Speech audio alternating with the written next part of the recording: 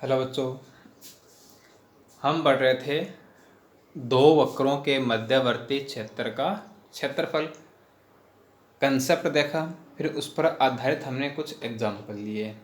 ठीक है, अब देखिए नेक्स्ट जो एग्जाम्पल है ये भी इम्पोर्टेंट एग्जाम्पल है। एक त्रिभुज के शीर्ष हैं -1 1 0 5 3 2 और कह दिया कि समाकलन का उपयोग करते हुए इसका क्षेत्रफल ज्ञात कीजिए। ठीक है, find area of triangle using integration which vertices are -1 1 0 5 3 2।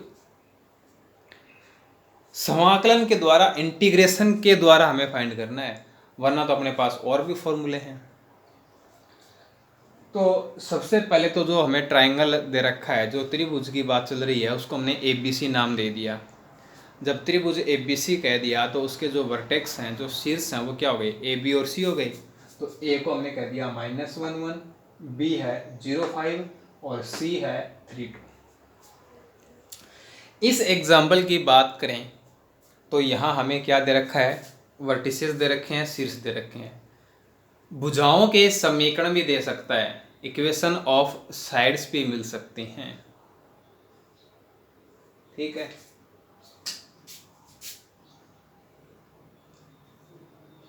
जैसे ये कोई ट्रायंगल है तो ये जो इसकी तीनों साइड है ना, इनके समीकरण, इनकी इक्वेशन भी दे सकता है। यदि हमें ये इक्वेशंस दे रखी हैं, भुजाओं के समीकरण दे रखे हैं, तो सबसे पहला जो काम होगा वो हमें यही करना है कि ये वर्टेक्स निकालने पड़ेंगे। बिना वर्टेक्स निकाले बिना शीर्षों के तो अपना काम होगा ही नहीं। ठीक है, वर्टेक्स दे रखे हैं, बहुत अच्छी बात है, हमें कुछ नहीं करना ही नहीं है। लेकिन यदि यहाँ भुजाओं के समीकरण होते, इक्वेशन ऑफ साइड्स होती, तो हमें क्या करना होता, शीर्ष निकालने होते।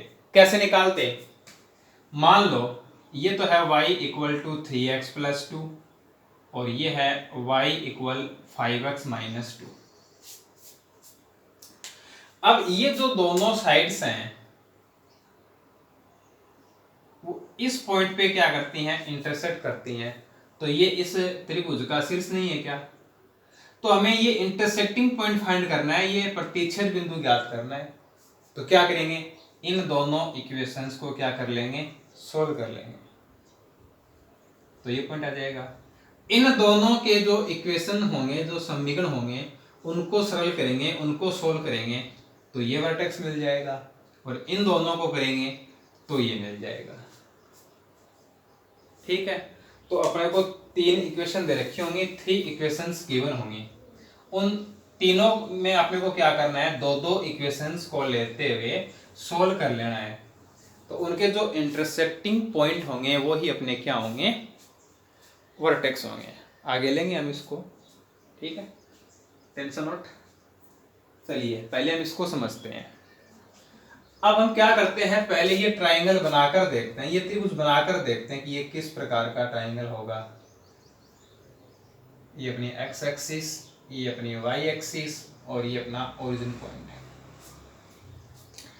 अब देखो यहां त्रिभुज बनाते समय, ट्राइंगल बनाते समय हमें एक बात का ध्यान रखना है, जो पॉइंट जिस क्वाड्रेंट में है उसी में लेना है। ठीक है ना, ऐसा नहीं कि तीनों पॉइंट हमने यहां ले लिए। जो पॉइंट जिस क्वाड्रेंट में है हमें वही लेना है। चलिए देखते हैं। पॉइंट ए है -1 1, x negative y positive. Second quadrant में होता है ना, सपोज दैट ये क्या है, -1 1 है। ठीक है, अब लेते हैं पॉइंट बी 0 5। 0 5 कहां होगा, y एक्सिस पे होगा। अब देखो ये जो पॉइंट है वो है -1 1, यानी जो y की वैल्यू है वो 1 है। अब हमें जो y की वैल्यू है वो कितनी दे रखी है, 5। तो 5 यहां लेके बैठ जाएंगे इस पॉइंट को। तो इन बातों का हमें इसमें क्या करना होगा, विशेष ध्यान रखना होगा। यहां ले लिया हमने, कोई दिक्कत नहीं है। y इक्वल टू 1 और ये y इक्वल टू 5, तो y इक्वल टू 5 है, वो y इक्वल टू 1 से ऊपर होगा। अब इसमें कोई दिक्कत नहीं है, ये अपना पॉइंट बी हो गया। अब c है 3 2, x की वैल्यू 3, y की वैल्यू 2। अब देखो 2 है वो इन दोनों के बीच में होगा ना, यहां से ले लिया, ये हो गया। अब इसमें कोई दिक्कत नहीं है। यदि हमने इसको ऊपर नीचे बना दिया, इससे नीचे बना दिया या इसके ऊपर बना दिया, तो वो तो क्या है, सरासर गलत है वो तो। ठीक है, तो इन बातों का हमें विशेष ध्यान रखना है कि जो पॉइंट्स हैं उनको हमें क्या करना है, सही सही दर्शाना है।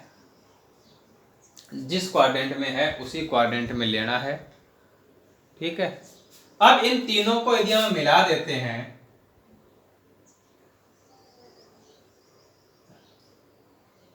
इन तीनों पॉइंट्स को हमने ज्वाइन करा दिया, तो ये हो गया अपना ट्राइंगल ए बी सी। अब हमें क्या करना है, इस ट्राइंगल का एरिया फाइंड करना है, ये एरिया फाइंड करना है।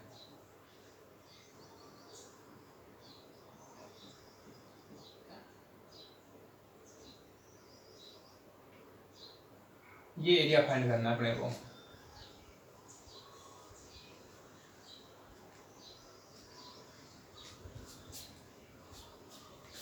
अब यह एरिया फाइंड करना है, तो एरिया फाइंड करने के लिए हमें क्या चाहिए, लिमिट्स चाहिए। और हमें यह पता होना चाहिए कि जो एरिया हमें फाइंड करना है वो किन वक्रों द्वारा परिबद्ध है, किन कर्व्स द्वारा बाउंडेड है। अब इसके लिए हम क्या करेंगे, ये जो इसके वर्टेक्स हैं इनसे क्या करेंगे, एक्स एक्सिस पे परपेंडिकुलर ड्रॉ कर लेंगे।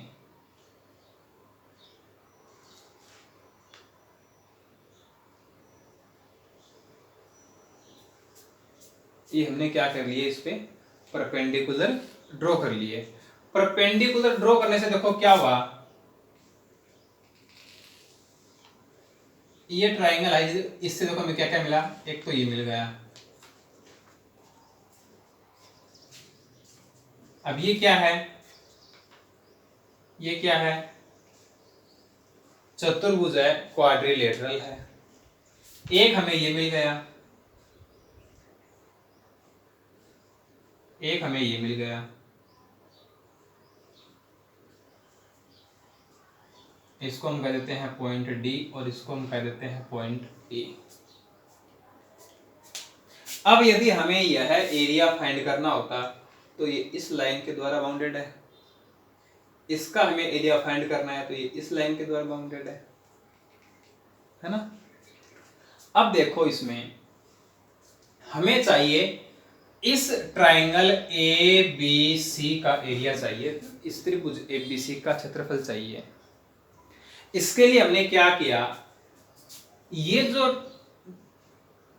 क्वाड्रिलेटरल हैं, ये जो चतुर्भुज हैं, हमें पता है कि ये जो चतुर्भुज है वो इसके द्वारा परिबद्ध क्षेत्र है और ये जो चतुर्भुज है वो इसके द्वारा परिबद्ध क्षेत्र है। तो इन दोनों का हमने क्या कर लिया, एरिया फाइंड कर लिया, क्षेत्रफल ज्ञात कर लिया। तो जब हम इन दोनों चतुर्भुजों का, इन दोनों क्वाड्रिलेटरल्स का एरिया फाइंड करेंगे, क्षेत्रफल ज्ञात करेंगे, तो हमें त्रिभुज एबीसी का क्षेत्रफल मिल गया ना। त्रिभुज एबीसी का क्षेत्रफल तो मिल गया, लेकिन ये जो पार्ट है, ये पार्ट पूरा DACE, ये जो पार्ट है ये हमें नहीं चाहिए था, लेकिन ये आ गया उसके अंदर। तो फिर क्या होगा, उस एरिया में से इसका जो एरिया है वो हमें क्या करना होगा, माइनस करना होगा। मतलब ये है कि त्रिभुज ABC, इसका जो एरिया है, इसका जो क्षेत्रफल है वो क्या हुआ, चतुर्भुज DABO का क्षेत्रफल प्लस चतुर्भुज क्वाड्रिलेटरल OBCE का क्षेत्रफल माइनस क्वाड्रिलेटरल चतुर्भुज DACE का क्षेत्रफल, ये हुआ। अब इनका क्षेत्रफल ज्ञात करने के लिए हमें AB, BC और AC के समीकरण चाहिए।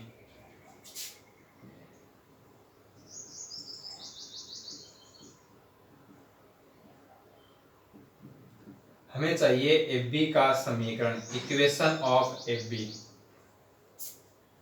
अब AB है, इसके बारे में हमें यह पता है कि ये इन दोनों पॉइंट्स को ज्वाइन कराने वाली लाइन है, दो बिंदुओं को मिलाने वाली रेखा। क्या फॉर्मूला होता है? y minus y1 equal to y2 minus y1 upon x2 minus x1 into x minus x1। तो देखो क्या हो जाएगा, y माइनस, अब इसको x1 y1 कह दो, चाहे इसको x1 y1 कह दो, उसमें तो कोई दिक्कत नहीं है। तो y माइनस y1 है 1 equal to y2 5 minus y1 1 upon x2 0 minus x1 है -1, तो minus minus plus x minus x1 है -1, माइनस माइनस प्लस।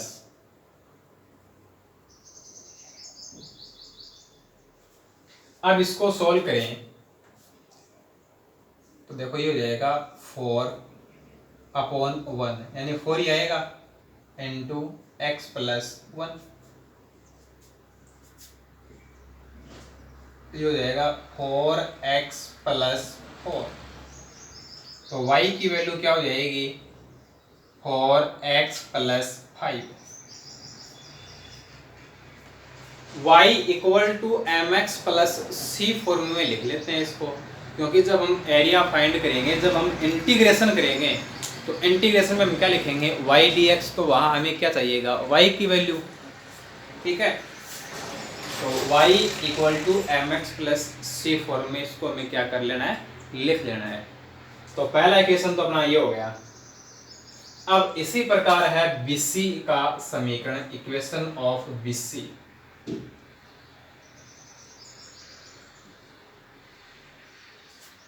ये x1 y1, ये x2 y2, तो y minus 5 equal to 2 minus 5 upon 3 minus 0 x minus 0।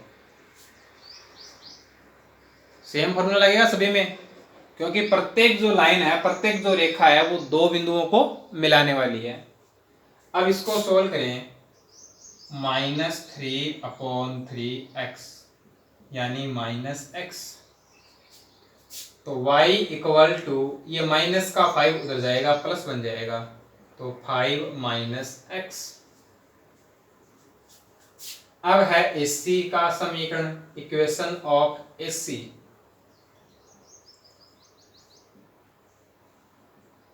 ये x1 y1, ये x2 y2, y minus 1 equal to 2 minus 1 upon 3 minus minus plus हो जाएगा, x minus minus plus हो जाएगा। अब इसको सोल्व करेंगे, y minus 1 equal to 2 minus 1 upon 4 x plus 1 यानी x upon 4 plus 1 upon 4। y equal to बन जाएगा x अपॉन 4, -1 इधर आएगा तो क्या हो जाएगा, plus 1 plus 1 upon 4। 1 plus 1 upon 4 क्या हो जाएगा, 5 अपॉन 4। 1 अपॉन 4 कॉमन लेके लिख दें तो x प्लस 5। तो इस प्रकार से हमने क्या कर लिया, इक्वेशंस ऑफ लाइन फाइंड कर लिया, तीनों रेखाओं के समीकरण ज्ञात कर लिए। अब हमें ज्ञात करना है त्रिभुज ABC का क्षेत्रफल। एरिया ऑफ ट्राइंगल एबीसी क्या होगा?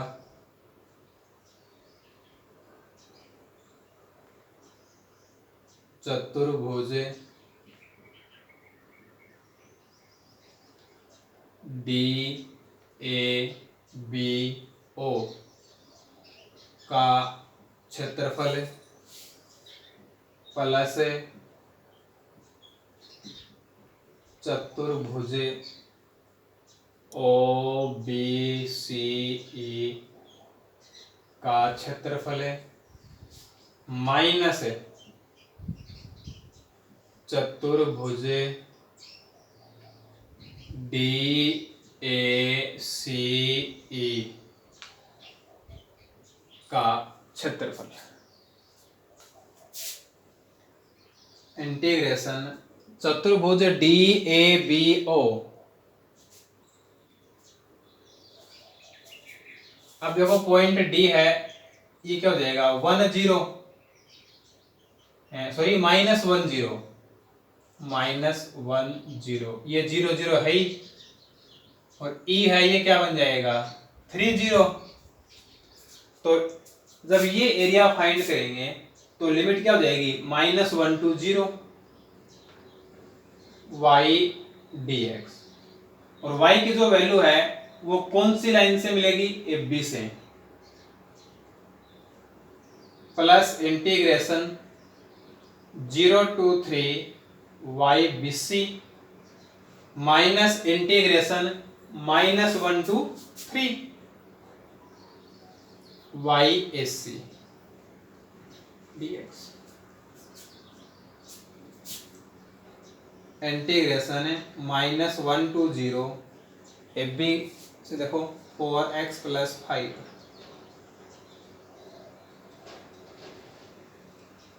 प्लस बीसी का equation 5 - x integration 0 to 3 5 - x dx minus limit -1 to 3 AC का इक्वेशन है 1/4। 1/4 तो कांस्टेंट, इंटीग्रेशन से बाहर लिख दिया x + 5 dx। अब आगे क्या करना है? इंटीग्रेशन करना है और लिमिट पुट करनी है बस।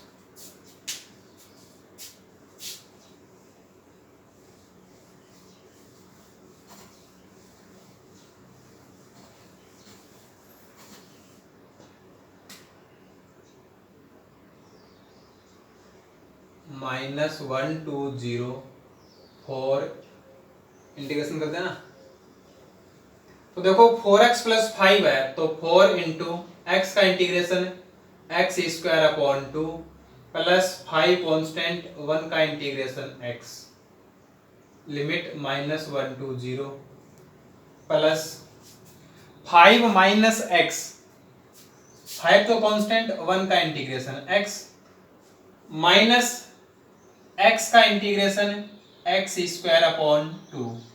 लिमिट 0 to 3 माइनस 1/4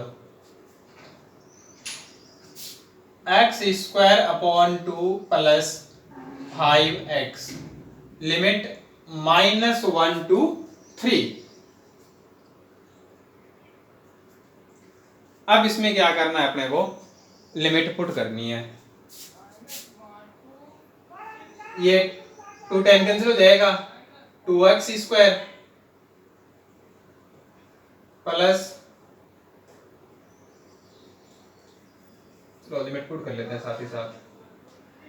अब देखो अपर लिमिट रखेंगे दोनों में तो 0 + 0 क्या बनेगा 0 माइनस, अब लोअर लिमिट पुट करेंगे यानी -1 पुट करेंगे, ठीक है।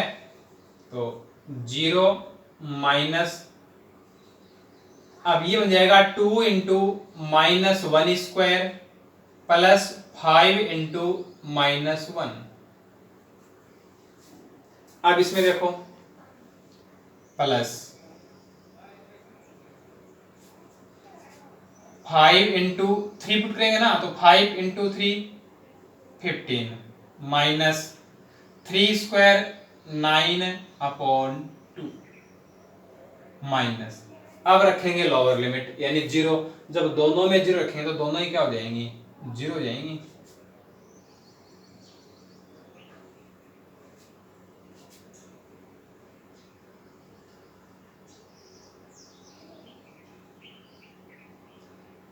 -1/4 3 square 9/2 plus 5 into 3 15 minus -1 square upon 2 plus 5 into -1। अब इसको देखो सॉल्व करते हैं आगे। तो -1 का स्क्वायर 1 और 1 into 2 2, 5 into -1 -5 plus 15 into 2 30 minus 9 21 upon 2, आगे तो 0 है। -1/4 9/2 प्लस 15 माइनस 1/2 प्लस 5। ब्रैकेट के पहले माइनस है ना, तो इसके लग जाएगा माइनस, और ये माइनस का है तो इसके पहले हो जाएगा प्लस। 2 माइनस 5 -3 और माइनस माइनस प्लस 21/2 -1/4। अब देखो यहाँ क्या रहेगा, 9/2 -1/2, इन दोनों को लें तो ये 8/2 हो गया ना, और 8/2 क्या हो जाएगा 4।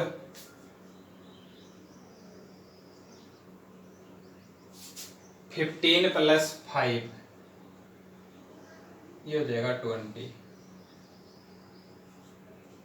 इन दोनों के लिए हम जोड़ते हैं तो 3 इंटू 2 6, 6 प्लस 21 तो 27/2 माइनस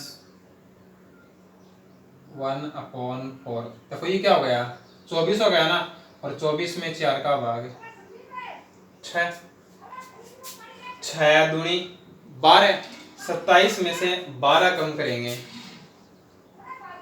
15/2 वर्ग इकाई। ये इसका क्या हो गया, एरिया हो गया। अब देखिए 11.2 का पहला क्वेश्चन। एक प्रबलय है y² = 2x और एक वर्त है x² + y² = 8। अब इन दोनों के बीच का जो क्षेत्र है उसका हमें क्या करना है, क्षेत्रफल ज्ञात करना है। ठीक है, अब देखो वर्त x² + y² = 8, इसका केंद्र क्या है और त्रिज्या क्या है। इसको हम कह देते हैं समीकरण 1 और इसको हम कह देते हैं समीकरण 2। सेंटर क्या हो गया इसका 0 0, और त्रिज्या a² = 8 है, तो इसको हम 2√2 का स्क्वायर कह सकते हैं ना, 2√2। अब देखो ये हो गया, ये तो अपना हो गया x एक्सिस,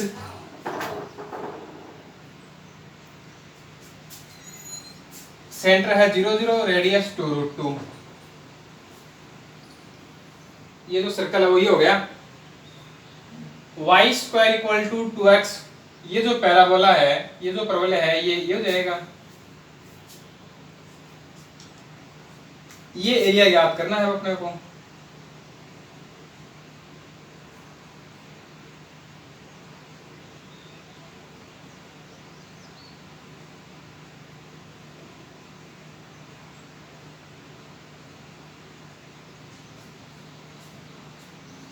ये एरिया निकालना अपने को, ये एरिया।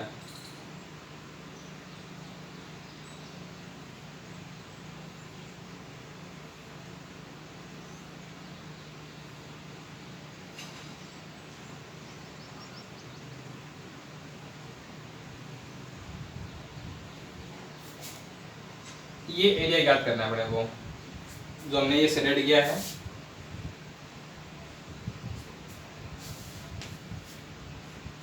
अब देखो ये एरिया निकालना है तो सीधी सी बात है, हमें ये इंटरसेक्टिंग पॉइंट चाहिए होगा। इस बात को तो दिमाग में अच्छे से बैठा लो कि दो अपने को कर्व दे रखे हैं, दो वक्र दे रखे हैं, तो हमें उनका जो इंटरसेक्टिंग पॉइंट है, जो प्रतिच्छेद बिंदु है, वो ज्ञात करना होगा। चाहिए रफ स्केच बनाने से पहले ही उन दोनों का जो प्रतिच्छेद बिंदु है, जो इंटरसेक्टिंग पॉइंट है, वो फाइंड कर लो। ठीक है, अब इन दोनों का इंटरसेक्टिंग पॉइंट फाइंड करना है तो दोनों की जो इक्वेशन है वो सोल्व कर लो। परवलय तथा वर्त परस्पर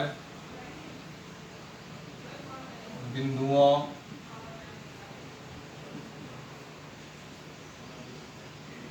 दो बिंदु है ना ये,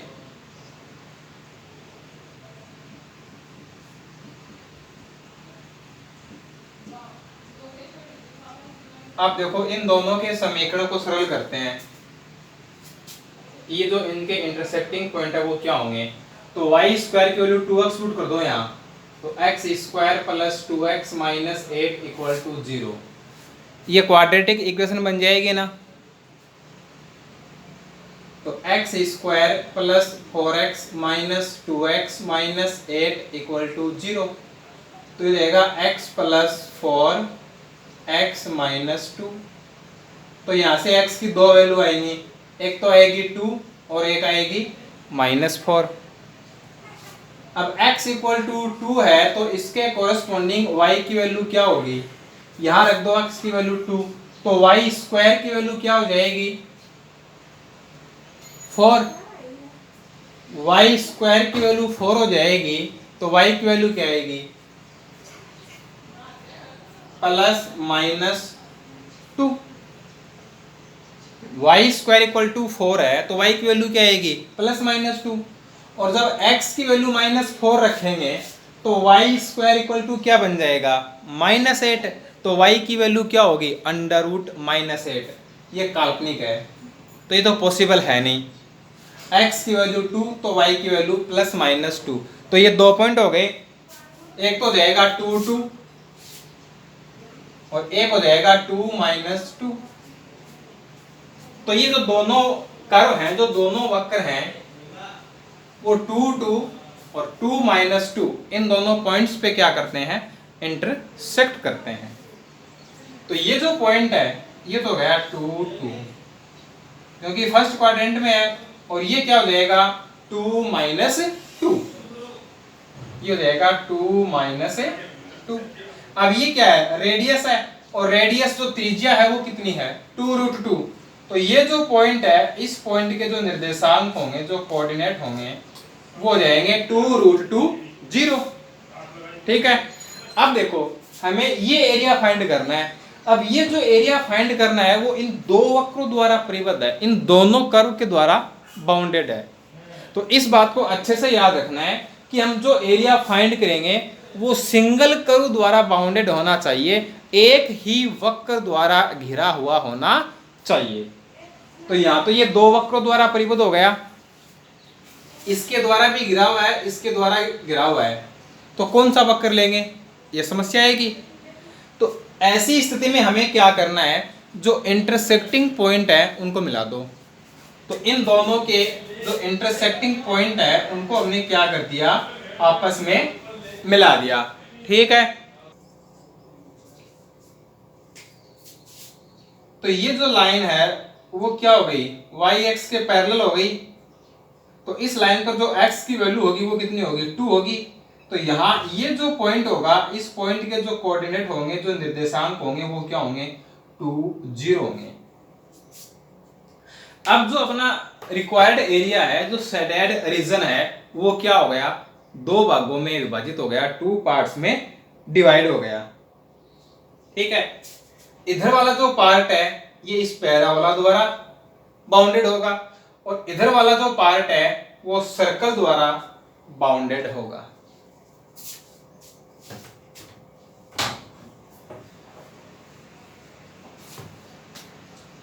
अभीष्ट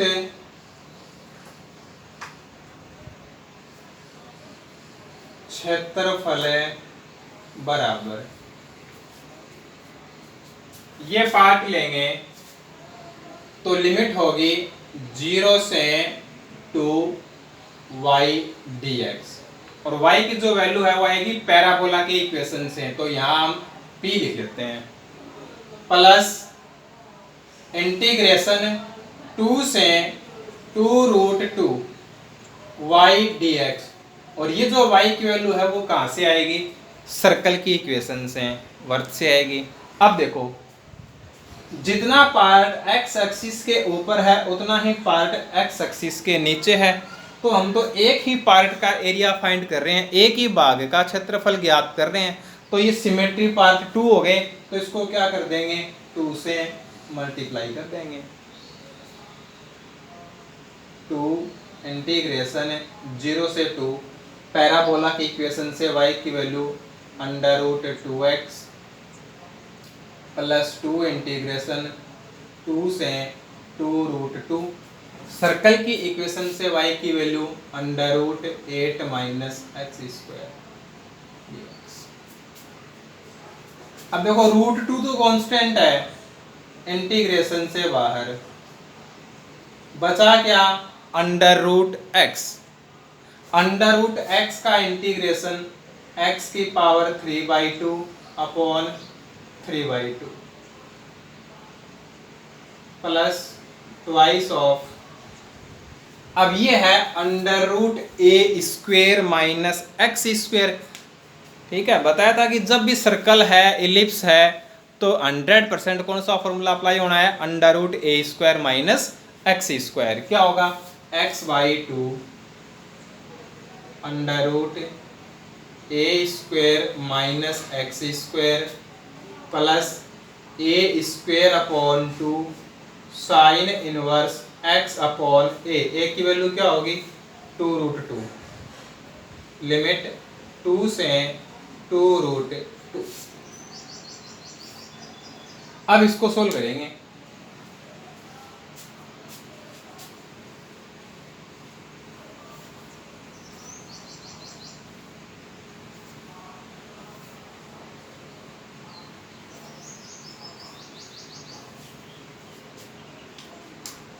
थ्री बाई टू, ये बन जाएगा 2/3,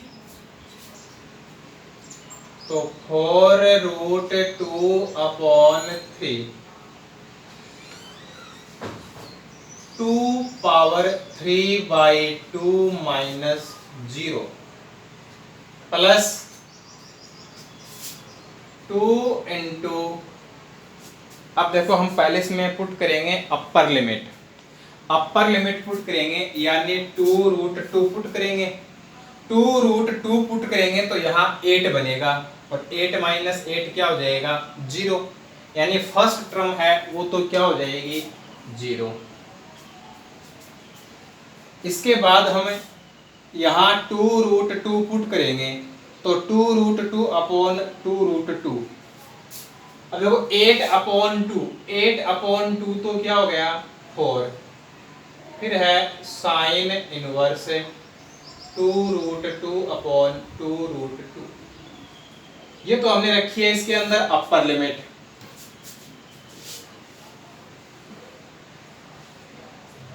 फिर आएगा माइनस, अब हम रखेंगे लोअर लिमिट, लोअर लिमिट है 2, तो ये बन जाएगा 2/2 √8 माइनस 4 प्लस 4 साइन इनवर्स 2/2√2, ये आ गया 4√2/3 इंटू 2 की पावर 3/2 का मतलब क्या है 2√2 प्लस 2 को अंदर मल्टीप्लाई करेंगे तो 2 इंटू 4 8, और ये हो जाएगा 1, और साइन इनवर्स 1 की वैल्यू क्या होती है π/2। अब देखो माइनस प्लस माइनस 2 से 2 तो कैंसिल हो ही जाएगा 1, और इस 2 को अंदर मल्टीप्लाई करेंगे 2 इंटू, यहाँ बचेगा 4, और 4 का square root 2, plus minus minus 2 multiply होगा 4 से 8 इंटू, 2 से 2 कैंसिल हो जाएगा, साइन इनवर्स 1 अपॉन रूट 2 बचेगा, साइन इनवर्स 1 अपॉन रूट 2 क्या होगा, 5/4 होगा। देखो 4 इंटू 2 8, रूट 2 2, और 8 इंटू 2 जाएगा 16/3। ये देखो -4 प्लस ये हो जाएगा 4 और माइनस ये बन जाएगा 2 पाई। अब देखो इसको सोल्व करेंगे तो 12 है, 16 में से 12 माइनस करेंगे 4/3 प्लस 2 पाई स्क्वायर यूनिट, तो जो अपना एरिया है वो हो गया 4/3 प्लस 2 पाई वर्ग इकाई। ठीक है, तो आज की क्लास में इतना ही, अगली क्लास में इसको हम कंटिन्यू करेंगे। वीडियो को लाइक कीजिएगा, शेयर कीजिएगा